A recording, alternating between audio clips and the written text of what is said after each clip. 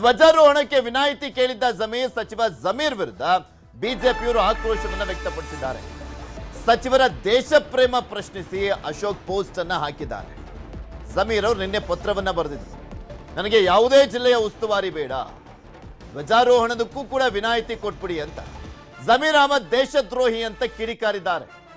ದೇಶದ್ರೋಹಿ ಅನ್ಲಿಕ್ಕೆ ಇದಕ್ಕಿಂತ ಸಾಕ್ಷಿ ಬೇಕಾ? ರಾಷ್ಟ್ರಧ್ವಜ ಹಾರಿಸಲಿಕ್ಕೆ ಮನಸ್ಸಿಲ್ಲದಷ್ಟು ದ್ರೋಹಿಗಳ ನೀವು. ಇವರಿಗೆ ಪಕ್ಷ ರಾಜಕೀಯವೇ ಮುಖ್ಯವಾಗಿದೆ, ಅಧಿಕಾರ ಚುನಾವಣೆನೇ ಮೊದಲ ಆಯ್ಕೆ ಆಗಿದೆ. ಎಕ್ಸ್ ನಲ್ಲಿ ಪೋಸ್ಟ್ ಮಾಡಿ ಅಶೋಕ್ ಅವರು ಆಕ್ರೋಶವನ್ನ ವ್ಯಕ್ತಪಡಿಸಿದ್ದಾರೆ. ದೇಶದ್ರೋಹಿ ಅಂತ ಕರೆದಿದ್ದಾರೆ ಜಮೀರ್ ಅಹಮದ್ ಖಾನ್ ಅವರು.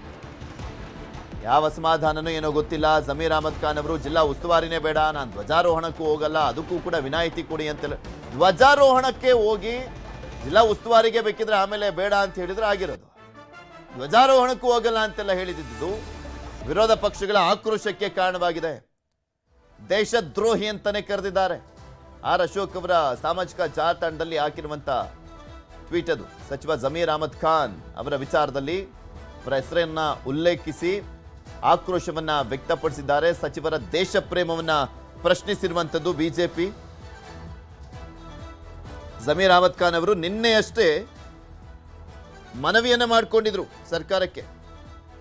15/8/2026 ಸ್ವಾತಂತ್ರ್ಯ ದಿನಾಚರಣೆಯ ಧ್ವಜಾರೋಹಣ ಹೊಣೆಗಾರಿಕೆ ನೀಡಿದ್ದು ನಾನು ಹಾಜರಾಗಲಿಕ್ಕೆ ಸಾಧ್ಯವಾಗದ ಕಾರಣ ಅದರಿಂದ ವಿನಾಯಿತಿ ನೀಡಲಿಕ್ಕೆ ತಮ್ಮಲ್ಲಿ ಕೋರ್ಕೊಳ್ತೀನಿ ಅಂತಲೂ ಕೂಡ ಮೆನ್ಷನ್ ಮಾಡಲಾಗಿತ್ತು. ಇದೇ ವಿಚಾರಕ್ಕೆ ಸಂಬಂಧಪಟ್ಟಂತೆ ಇನ್ನಷ್ಟು ಮಾಹಿತಿಯನ್ನು ಕೊಡ್ತಾ ಹೋಗ್ತಾರೆ ನಮ್ಮ ಪೊಲಿಟಿಕಲ್ ಬ್ಯೂರೋ ಮುಖ್ಯಸ್ಥರಾಗಿರುವಂತಹ ಚಿದಾನ್ ಪಟೇಲ್ ನಮ್ಮ ಜೊತೆ ನೇರ ಸಂಪರ್ಕದಲ್ಲಿ ಜಾಯ್ನ್ ಆಗಿದ್ದಾರೆ. ಪಟೇಲ್ರೇ, ಜಮೀರ್ ಅಹಮದ್ ಖಾನ್ ಜಿಲ್ಲಾ ಉಸ್ತುವಾರಿಯಿಂದ ನುಣುಚಿಕೊಳ್ಳೋದು ಬೇರೆ, ಧ್ವಜಾರೋಹಣಕ್ಕೂ ಕೂಡ ಹೋಗಲ್ಲ ಅಂತ ಹೇಳಿದಂತ ವಿಚಾರ ಯಾವ ರೀತಿಯಾಗಿ ವಿರೋಧ ಪಕ್ಷಗಳ ಟೀಕೆಗೆ ಗುರಿಯಾಗಿದೆ ಅಂತ?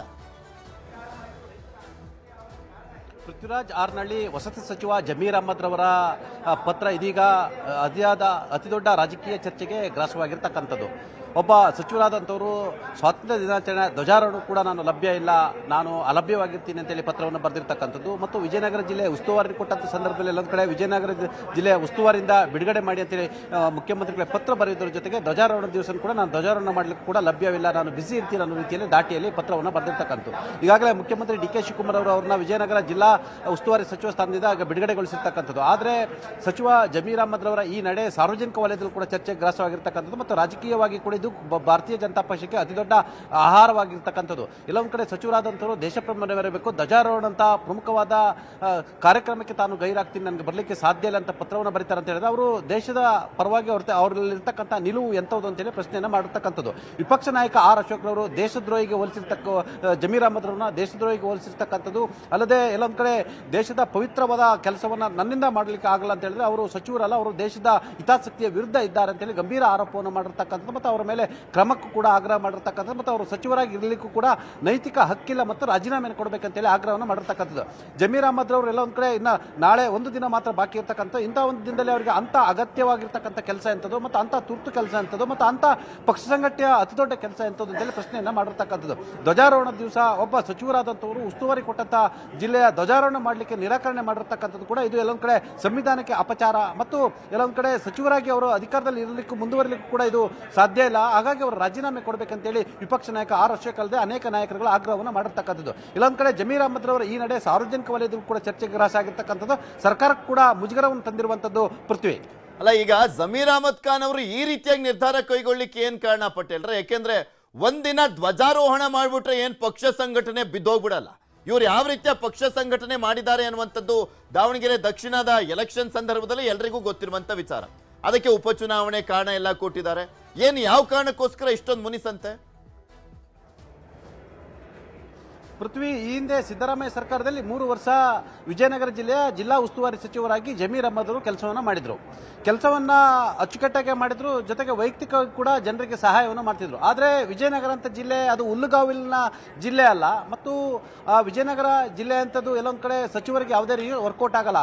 ಅವರ ಕಾರ್ಯಕ್ಷೇತ್ರ ಬೆಂಗಳೂರು ಆಗಿದ್ರಿಂದ, ಚಾಮರಾಜಪೇಟೆ ಆಗಿರೋದ್ರಿಂದ ಎಲ್ಲೊಂದು ಕಡೆ ವಿಜಯನಗರ ಅಂತ ಜಿಲ್ಲೆಗಳಲ್ಲಿ ಹೋಗಿ ಏನು ಮಾಡಲಿಕ್ಕೆ ಸಾಧ್ಯ ಇಲ್ಲ ಮತ್ತು ರಾಜಕೀಯವಾಗಿ ಅದರಿಂದ ಲಾಭವೂ ಇಲ್ಲ ಅನ್ನೋದು ಸಚಿವರ ಲೆಕ್ಕಾಚಾರ ಆಗಿರ್ತಕ್ಕಂಥ ಇರ್ತಕ್ಕಂಥದ್ದು. ಆದರೂ ಕೂಡ ಈ ಹಿಂದಿನ ಮುಖ್ಯಮಂತ್ರಿ ಅವರು 3 ವರ್ಷಗಳ ಕಾಲ ವಿಜಯನಗರ ಜಿಲ್ಲಾ ಸಚಿವ ಸ್ಥಾನವನ್ನು, ಉಸ್ತುವಾರಿ ಸ್ಥಾನವನ್ನು ಕೊಟ್ಟಿದ್ರು. ಇದೀಗ ಹೊಸ ಸರ್ಕಾರದಲ್ಲಿ ಮುಖ್ಯಮಂತ್ರಿ ಡಿ ಕೆ ಶಿವಕುಮಾರ್ ಅವರು ಮತ್ತೆ ಅದೇ ಜಿಲ್ಲೆಯನ್ನು ಅವರಿಗೆ ಕೊಟ್ಟಿರ್ತಕ್ಕಂಥದ್ದು ಮತ್ತು ಅವರನ್ನ ಕೇಳಿ ಜಿಲ್ಲೆಯನ್ನು ಕೊಟ್ಟಿರ್ತಕ್ಕಂಥದ್ದು. ಆರಂಭದಲ್ಲಿ ಎಲ್ಲೊಂದು ಕಡೆ ಉಸ್ತುವಾರಿ ವಹಿಸುವಂಥ ಸಂದರ್ಭದಲ್ಲೇ ಮುಖ್ಯಮಂತ್ರಿಗಳು ಯಾವುದೇ ಕಾರಣ ಕೂಡ ನನ್ನ ಹೆಸರನ್ನು ಅನೌನ್ಸ್ ಮಾಡಬೇಡಿ ಮತ್ತು ನನ್ನ ಹೆಸರನ್ನು ಕೂಡ ಪ್ರಕಟಣೆ ಮಾಡಬೇಡಿ, ನಾನು ಯಾವುದೇ ಜಿಲ್ಲೆಯ ಉಸ್ತುವಾರಿಯಾಗಿ ಹೋಗುವುದಿಲ್ಲ ಮತ್ತು ವಹಿಸಿಕೊಳ್ಳುವುದಿಲ್ಲ ಅಂತ ಹೇಳಿದ್ರೆ ಬಹುಶಃ ಇಂಥ ಎಲ್ಲೊಂದು ಕಡೆ ರಾಜಕೀಯವಾದ ಚರ್ಚೆಗೆ ಎಡೆ ಮಾಡಿಕೊಡ್ತಿರಲಿಲ್ಲ. ಆದರೆ ಸಚಿವರಿಗೆ ಎಲ್ಲೊಂದು ಕಡೆ ಧ್ವಜಾರೋಹಣ ಇನ್ನೆರಡು ದಿನ ಬಾಕಿ ಇರುವಂಥ ಸಂದರ್ಭದಲ್ಲಿ ಸ್ವಾತಂತ್ರ್ಯ ದಿನದ ಧ್ವಜಾರೋಹಣ ದಿನದಲ್ಲೂ ಕೂಡ ನಾನು ಬ್ಯುಸಿಯಾಗಿರ್ತೀನಿ ಅಂತ ಒಂದು ಪತ್ರದಲ್ಲಿ ಉಲ್ಲೇಖ ಮಾಡಿರ್ತಕ್ಕಂಥದ್ದು ಈಗ ಚರ್ಚೆಗೆ ಎಡೆ ಮಾಡಿಕೊಟ್ಟಿರ್ತಕ್ಕಂಥದ್ದು ಮತ್ತು ವಿವಾದಕ್ಕೂ ಕೂಡ ಎಡೆ ಮಾಡಿಕೊಟ್ಟಿರ್ತಕ್ಕಂಥದ್ದು. ಜಮೀರ್ ಅಹಮದ್ ರವರ ಈ ನಡೆ ಎಲ್ಲೊಂದು ಕಡೆ ಅವರ ದೇಶ ಪ್ರೇಮದ ಪ್ರಶ್ನೆಯನ್ನು ಕೂಡ ಭಾರತೀಯ ಜನತಾ ಪಕ್ಷ ಎತ್ತಿರ್ತಕ್ಕಂಥದ್ದು. ಅವರು ದೇಶದ್ರೋಹಿ ಅನ್ನೋ ಪದವನ್ನು ಕೂಡ ಇವತ್ತು ವಿಪಕ್ಷ ನಾಯಕ ಆರ್ ಅಶೋಕ್ ಅವರು ಬಳಸಿರ್ತಕ್ಕಂಥದ್ದು. ಇದಕ್ಕೆ ಮುಖ್ಯಮಂತ್ರಿಗಳು ಯಾವ ರೀತಿ ಉತ್ತರ ಕೊಡ್ತಾರೆ ಅನ್ನೋದು ಕೂಡ ಕಾದು ನೋಡಬೇಕಾಗಿರ್ತಕ್ಕಂಥದ್ದು. ಮತ್ತು ಜಮೀರ್ ಅಹಮದ್ ರವರು ಇದುವರೆಗೂ ಕೂಡ ಈ ವಿಚಾರ ಸಂಬಂಧಪಟ್ಟ ಪ್ರತಿಕ್ರಿಯೆಗೆ ಕೂಡ ಲಭ್ಯವಾಗಿಲ್ಲ. ಪೃಥ್ವಿ. ಓಕೆ, ಧನ್ಯವಾದ ಪಟೇಲ್ರೆ ನಿಮ್ಮೆಲ್ಲ ಮಾಹಿತಿಗಾಗಿ. ಇದೇ ವಿಚಾರಕ್ಕೆ ಸಂಬಂಧಪಟ್ಟಂತೆ ವಿರೋಧ ಪಕ್ಷ ನಾಯಕ ಆರ್ ಅಶೋಕ್ ಮಾತನಾಡಿದ ನೋಡೋಣ. ಸ್ವಾತಂತ್ರ್ಯ ದಿನಾಚರಣೆಯಲ್ಲಿ ಭಾಗವಹಿಸೋಕ್ಕೂ ಪುರ್ಸೊತ್ತಿಲ್ಲ ಅಂತ ಹೇಳಿದ್ರೆ ಇಂಥವರೆಲ್ಲ ಇಟ್ಕೊಂಡು ಡಿ ಕೆ ಶಿವಕುಮಾರ್ ಮಂತ್ರಿ ಮಾಡೋಕ್ಕೆ ಹೋಗಿದ್ದಾರೆ. ಇದು ದೇಶಕ್ಕೆ ಮಾಡಿದಂಥ ಅಗೌರವ ಅಲ್ವೇನು?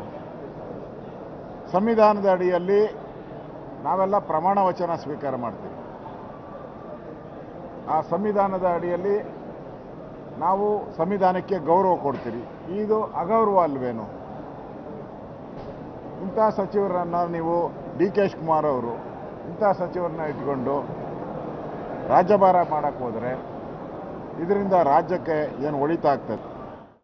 RSS ವಿರುದ್ಧ ಸರ್ಕಾರದಿಂದ ಮತ್ತೆ ಸಮರ, ಬಿಲ್ ಮೂಲಕ ಮೂಗುದಾರಕ್ಕೆ ಭಾರಿ ತಂತ್ರ, ಧರ್ಮಾಧಾರಿತ ಸಭೆ ಸಮಾರಂಭಗಳಿಗೆ ಬ್ರೇಕ್ ಅನ್ನ ಹಾಕುವಂತ ಪ್ರಯತ್ನ. ಈ ಮುಂಚೆ ನಾನು ಅವಾಗಲೂ ಕೂಡ ಹೇಳ್ತಾ ಇದ್ವಿ, ಇಲ್ಲಿ ಪ್ರಮುಖವಾಗಿ ಪಥಸಂಚಲನದ ವಿಚಾರದಲ್ಲಿ ಏನೇನೆಲ್ಲ ಆಯಿತು, ರಾಜ್ಯದಲ್ಲಿ ದೊಡ್ಡ ವಿವಾದ ಆಯಿತು, ಅದಾದ್ಮೇಲೆ ಕೋರ್ಟಿಗೆ ಹೋಗಿ ಕೋರ್ಟ್ ಮಧ್ಯಸ್ಥಿಕೆ ಅಂದರೆ ಮಧ್ಯಪ್ರವೇಶ, ಅದಾದ್ಮೇಲೆ ಪಥಸಂಚಲನ ಆಯಿತು, ಇದು ದೊಡ್ಡ ಚರ್ಚೆ ಆಗೋಗಿತ್ತು. ಅದಕ್ಕೆ ಈಗ ಕಾನೂನಿನ ರೂಪವನ್ನ ಕೊಡ್ಲಾಗ್ತಾ ಇದೆ ಅಷ್ಟೇ. ಸಾರ್ವಜನಿಕ ಪ್ರವೇಶ ನಿಯಂತ್ರಣ ವಿಧೇಯಕ, ಇಲ್ಲಿ ಪ್ರಸಕ್ತ ಅಧಿವೇಶನದಲ್ಲೇ ಬಿಲ್ ಜಾರಿಗೆ ಸಿದ್ಧತೆಯನ್ನ ಮಾಡಲಾಗ್ತಾ ಇದೆಯಂತೆ. ಬಿಲ್ ಮಂಡಿಸುವ ಬಗ್ಗೆ ಸಂಪುಟದಲ್ಲಿ ಅನುಮೋದನೆ ಸಿಕ್ಕಿದೆ. ಸಂಪುಟದಲ್ಲಿ ಈಗ ಆಲ್ರೆಡಿ ಗ್ರೀನ್ ಸಿಗ್ನಲ್ ಸಿಕ್ಕಿರುವಂತದ್ದು. ಅಧಿವೇಶನದಲ್ಲಿ ಮಂಡಿಸಬೇಕಷ್ಟೇ. ನೋಂದಣಿ ಇಲ್ಲದ ಸಂಘಟನೆಗಳ ವಿರುದ್ಧ ಕ್ರಮವನ್ನ ಕೈಗೊಳ್ಳಲಾಗುತ್ತೆ. ಅಧಿವೇಶನದಲ್ಲಿ ಬಿಲ್ ಮಂಡಿಸಿ ಒಪ್ಪಿಗೆಗೆ ನಿರ್ಧಾರವನ್ನ ಕೈಗೊಳ್ಳಲಾಗಿದೆ. ಸರ್ಕಾರದ ವಿರುದ್ಧ ಸಮರಕ್ಕೆ ವಿಪಕ್ಷಗಳು ಕೂಡ ಸಜ್ಜಾಗಿದ್ದಾರೆ. ಪ್ರಮುಖವಾಗಿ ಇದು RSS ಅನ್ನ ಟಾರ್ಗೆಟ್ ಮಾಡಲಿಕ್ಕೆ ಮಾಡಲಾಗ್ತಾ ಇರುವಂತದ್ದು ಅನ್ನುವಂಥದ್ರ ಬಗ್ಗೆ ಆಕ್ರೋಶವನ್ನ ವ್ಯಕ್ತಪಡಿಸ್ತಾ ಇದ್ದಾರೆ ಬಿಜೆಪಿಯವರು. ಮಾಡೋ ಕೆಲಸ ಎಲ್ಲ ಬಿಟ್ಟು ಇದರಲ್ಲಿ ಈಗ ಅಟೆನ್ಷನ್ ಡೈವರ್ಷನ್ ಮಾಡುವಂತ ಕೆಲಸವನ್ನ ಮಾಡ್ತಾ ಇದೆ ಕಾಂಗ್ರೆಸ್ ಅನ್ನುವಂಥದ್ದು ಬಿಜೆಪಿಯವರ ಆಕ್ರೋಶಕ್ಕೆ ಗುರಿಯಾಗಿದೆ. RSS ಅನ್ನ ಟಾರ್ಗೆಟ್ ಮಾಡ್ತಾ ಇದ್ದಾರೆ ಇವರು, ಬೇರೆ ಇನ್ನೇನು ಅಲ್ಲ. ಇಷ್ಟು ದಿನ ಪ್ರಿಯಾಂಕ್ ಖರ್ಗೆ ಅವರು ಮಾತನಾಡ್ತಾ ಇದ್ರು, ಈಗ ಅದು ಕಾನೂನು ರೂಪ ಕೊಡ್ಲಿಕ್ಕೆ ಹೊರಟಿದ್ದಾರೆ ಅಂತ. ಈ ಬಗ್ಗೆ ಬಿಜೆಪಿ ನಾಯಕರು ಯಾರು ಏನ್ ಮಾತನಾಡಿದ್ರೆ ನೋಡೋಣ. ಫಸ್ಟ್ ನಿಮ್ಮ ಯೋಗ್ಯತೆಗೆ ಪೆನ್ಷನ್ ಸಂಬಳ ನ್ಯಾಯವಾಗಿ ಕೊಡ್ರಿ, ಸರ್ಕಾರ ನ್ಯಾಯವಾಗಿ ನಡೆಸಿ, ಆಮೇಲೆ RSS ಬಗ್ಗೆ ನಿಮ್ದೇನಿದೆಯೋ ಮಾತಾಡೋಣ.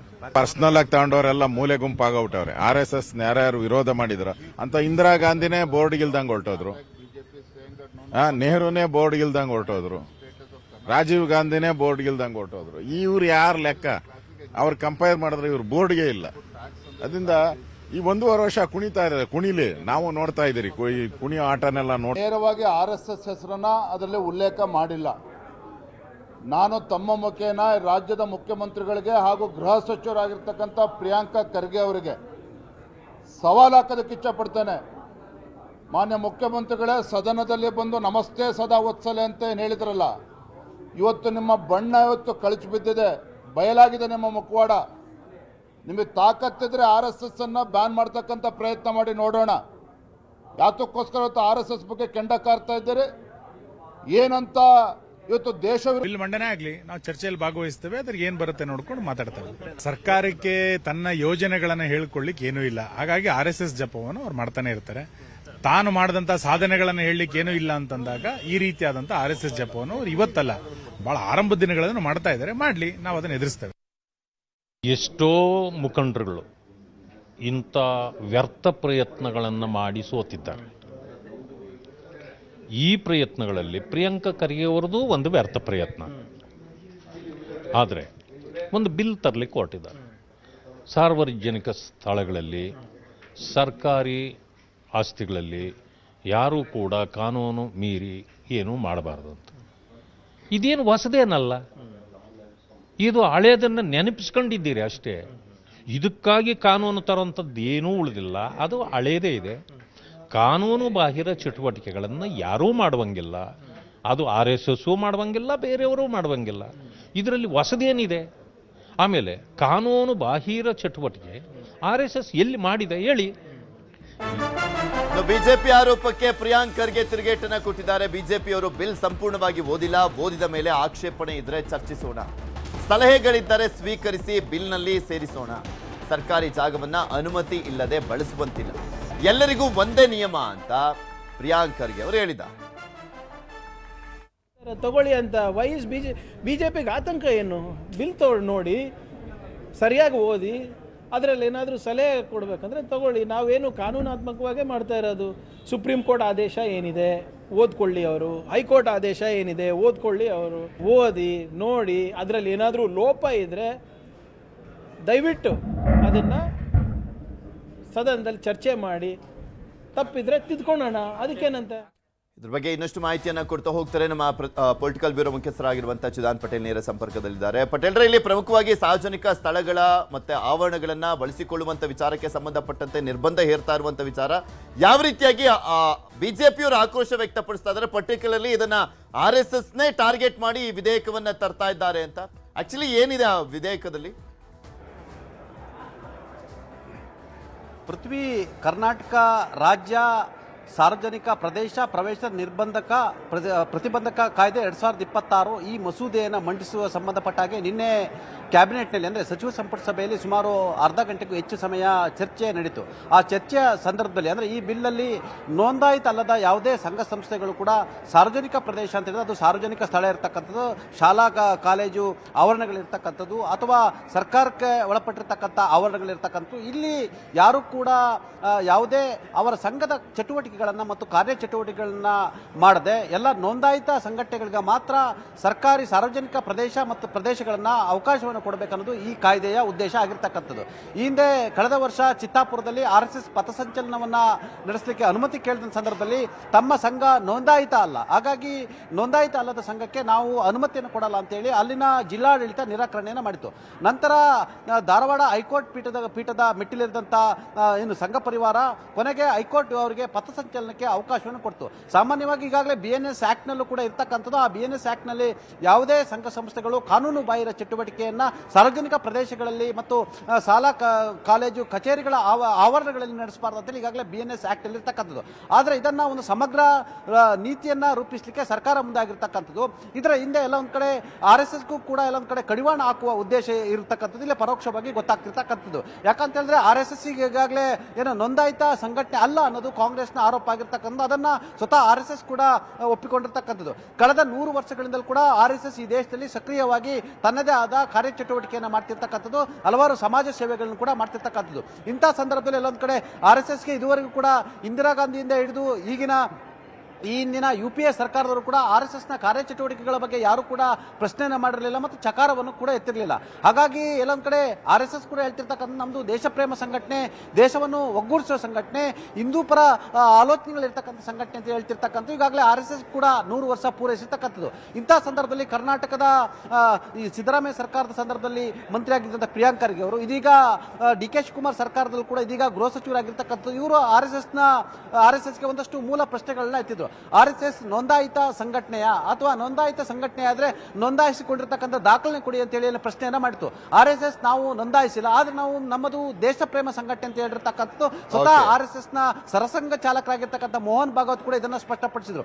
ಇದೀಗ ಕರ್ನಾಟಕದಲ್ಲಿ RSSನ ಏನು ಚಟುವಟಿಕೆಗಳನ್ನ ನಿರ್ಬಂಧ ಇರಿಸುವ ಜೊತೆಗೆ ಮತ್ತು ನೋಂದಾಯಿತ ಅಲ್ಲದ ಸಂಘಟನೆಗಳ ಚಟುವಟಿಕೆಗಳನ್ನು ಕೂಡ ಇದರ ಜೊತೆಗೆ ಏನು ನಿರ್ಬಂಧ ಇರುವ ಕಾರಣಕ್ಕಾಗಿ ನೋಂದಾಯಿತ ಸಂಘಟನೆಗಳಿಗೆ ಮಾತ್ರ ಸಾರ್ವಜನಿಕ ಪ್ರವೇಶಕ್ಕೆ ಅವಕಾಶವನ್ನು ಕಲ್ಪಿಸುವ ಕಾರಣಕ್ಕಾಗಿ ಈ ಕಾಯ್ದೆಯನ್ನು ತಂದಿರತಕ್ಕಂಥ ಆ ಮುಖಾಂತರ ಬರುವ ದಿನಗಳಲ್ಲಿ ಈ ಕಾಯ್ದೆ ಮಸೂದೆಯಾಗಿ ರೂಪುಗೊಂಡ್ರೆ ಕರ್ನಾಟಕದಲ್ಲಿ ಯಾವುದೇ ಸಂಘಟನೆಗಳು ಸಾರ್ವಜನಿಕ ಪ್ರದೇಶಗಳಲ್ಲಿ ಪ್ರವೇಶ ಮಾಡ್ತಕ್ಕಂಥದ್ದು ಮತ್ತು ಕಾರ್ಯಕ್ರಮವನ್ನ ಮಾಡಬೇಕಾಗಿದ್ರೆ ಅದು ನೋಂದಾಯಿತ ಸಂಘಟನೆ ಆಗಬೇಕು.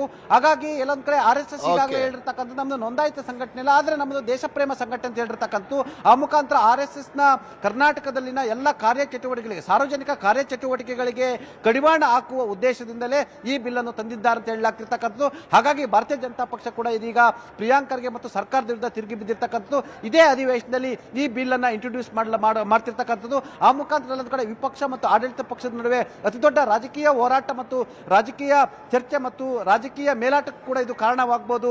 ಪೃಥ್ವಿ. ಓಕೆ, ಧನ್ಯವಾದ ಅಚ್ಯುತಾನಂದ್ ಪಟೇಲ್ ನಿಮ್ಮೆಲ್ಲ ಮಾಹಿತಿಗಾಗಿ. ಮಾಜಿ ಸಿಎಂ ಸಿದ್ದರಾಮಯ್ಯನವರು ಕಲಾಪಕ್ಕೆ ಹಾಜರಾಗಿದ್ದಾರೆ. ಸಿದ್ದರಾಮಯ್ಯ ಬಂದ ಕೂಡಲೇ ಶಾಸಕರಿಂದ ಮಾತುಕತೆಯನ್ನು ಮಾಡಲಾಯಿತು. ಸಿದ್ದರಾಮಯ್ಯ ಬಳಿ ಹೋಗಿ ಮಾತನಾಡ್ತಾ ಇದ್ರು ಶಾಸಕರುಗಳು. ಸಿದ್ದರಾಮಯ್ಯ ಜೊತೆ ವಿಜೇಂದ್ರ ಕೂಡ ಸಮಾಲೋಚನೆಯನ್ನ ಮಾಡಿದ್ರು. ಸಿದ್ದರಾಮಯ್ಯನವರು ಅಧಿವೇಶನಕ್ಕೆ ಬರ್ತಾರಾ ಇಲ್ವಾ ಅನ್ನುವಂಥ ಪ್ರಶ್ನೆಗಳೆಲ್ಲ ಎದ್ದಿದ್ವು. ಯಾಕಂದ್ರೆ ಸಿದ್ದರಾಮಯ್ಯನವರ ಅಸಮಾಧಾನ ಎಷ್ಟು ಮಟ್ಟಿಗೆ ಸ್ಫೋಟಗೊಂಡಿತ್ತು ಸಂಪುಟ ವಿಸ್ತರಣೆಯ ಸಂದರ್ಭದಲ್ಲಿ ಎಲ್ರಿಗೂ ಗೊತ್ತಿರುವಂತ ವಿಚಾರ. ಸೊ ಅಧಿವೇಶನಕ್ಕೆ ಬರಲ್ಲ ಅನ್ನುವಂಥ ಎಚ್ಚರಿಕೆಯನ್ನ ಕೊಟ್ಟಿದ್ದಾರೆ ಅಂತ ಹೇಳಲಾಗ್ತಾ ಇತ್ತು. ಬಂದಿದ್ದಾರೆ. ಅವರು ಮುಖ್ಯಮಂತ್ರಿಯಾಗಿ ರಾಜೀನಾಮೆ ಕೊಟ್ಟ ಬಳಿಕ ಸಿದ್ದರಾಮಯ್ಯ ಅವರ ಮೊದಲ ಅಧಿವೇಶನ. ಸಿದ್ದರಾಮಯ್ಯನವರು ಬಂದಿದ್ರು, ಕೊನೆ ಸಾಲಲ್ಲಿ ಕೂತ್ಕೊಂಡಿದ್ರು. ಸಿದ್ದರಾಮಯ್ಯನವರು ಬರ್ತಿದ್ದ ಹಾಗೆ ಸಾಕಷ್ಟು ಜನ ಶಾಸಕರುಗಳೆಲ್ಲ ಹೋಗಿ ಅವರನ್ನ ಮಾತನಾಡಿಸಿದ್ದಾರೆ, ಕುಶಲೋಪರಿಯನ್ನ ವಿಚಾರಿಸಿದ್ದಾರೆ.